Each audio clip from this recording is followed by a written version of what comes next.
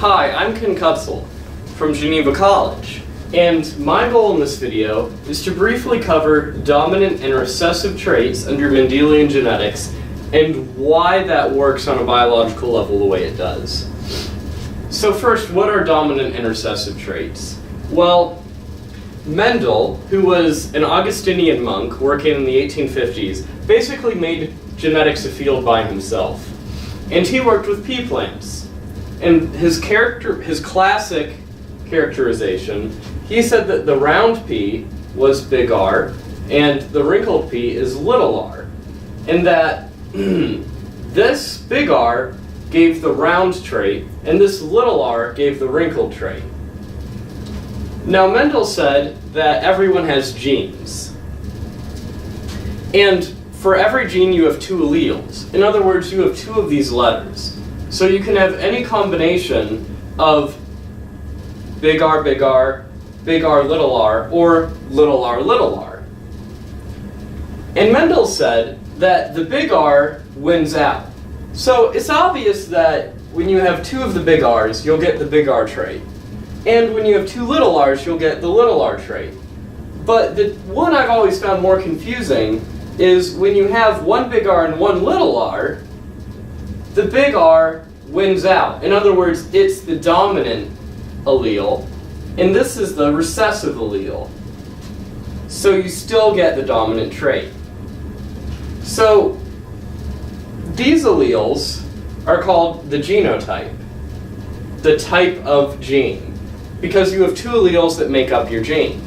And then the physical characteristic we see is called the phenotype. Notice how physical and pH in phenotype both are pH. So these are the alleles that are the genotype, and they give the round trait, which is the phenotype.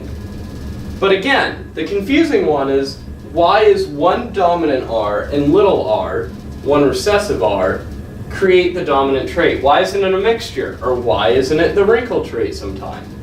Well, the reason why, and I put this diagram up as an analogy, is that the recessive R doesn't really make something that works. The recessive R, in a lot of Mendel's experiments are like this in general, is broken. So it would be helpful to think of big R as coding for a working pump, and recessive R as coding for a broken pump.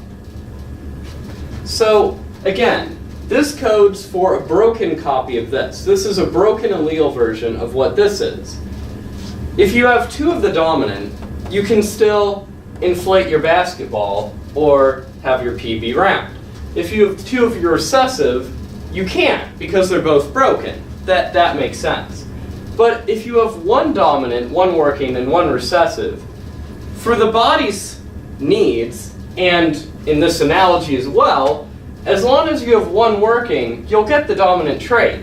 Because this doesn't contribute to the trait, it just doesn't do what it's supposed to do. So again, the ball being flat here has nothing, it's not like these pins, these broken pumps pinned into the basketball to make it flat. They just aren't refilling it. They're not doing their job because they're recessive. They're lacking the trait. Here, dominant, even with one recessive, still is able to do its job. So that's why dominant and recessive work the way they do. Recessive is often just a lack of what the dominant does. But that's why your body is so beautiful in that it has two alleles per gene. As long as one of your alleles is working, you'll likely be okay.